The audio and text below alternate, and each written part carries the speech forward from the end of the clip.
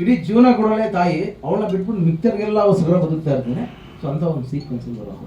Lyric music ಒಂದು 50% ಅದಕ್ಕೆ power ಆದರೆ ಇನ್ನು ಅರ್ಧ ವಯಸ್ಸು ಪವರ್ ಬಂದು ಪ್ರೇಮ್ ಸರ್ದು. ತುಂಬ ಏನು ಹಿಂಸೆ ಕೊಟ್ಟು ಆಡಿಸಿದಂಥ ಸಾಂಗ್ ಅದು. ಆ್ಯಕ್ಚುಲಿ ಮನೆಗೆ ಬಂದು ಆಡ್ಕೊಟ್ರು.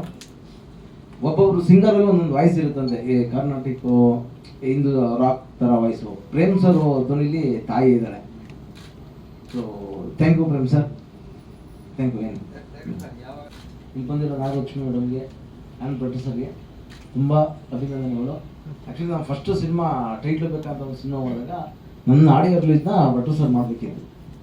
ಅವ್ರ ವಾಸ್ತು ಪ್ರಕಾರ ಟೈಮ್ ಬ್ಯುಸಿ ಆಗಿ ಬರಲಿಲ್ಲ. ಬೆಳಗ್ಗೆ 8 ಗಂಟೆಗೆ ಫೋನ್ ಮಾಡಿದ್ರು ನನಗೆ. ಮಾಡಿಬಿಟ್ಟು ಏನು ಮಾಡ್ತಿದ್ದೀರೋ, ಯಾರು ಭಟ್ರು ಮಲಗಿದೆಯೋ, ರಾತ್ರಿ ಇಳಿತೇನೋ ಅಂದ್ಬಿಟ್ಟು ಎತ್ಕೊಂಡ್ಕೊಂಡೆ.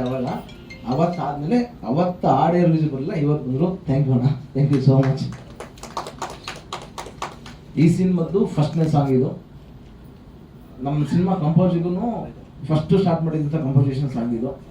ಆ್ಯಕ್ಚುಲಿ ಇವತ್ತು ಈ ಕಾರ್ಯಕ್ರಮಕ್ಕೆ ಅಜ್ಜಿ ಜಯರಾಜ್ ಹೀರೋ ಅಲ್ಲ, ವಿಜಯ್ ಪಂಜಯ ಹೀರೋ, ಮ್ಯೂಸಿಕ್ ಡೈರೆಕ್ಟ್ರು.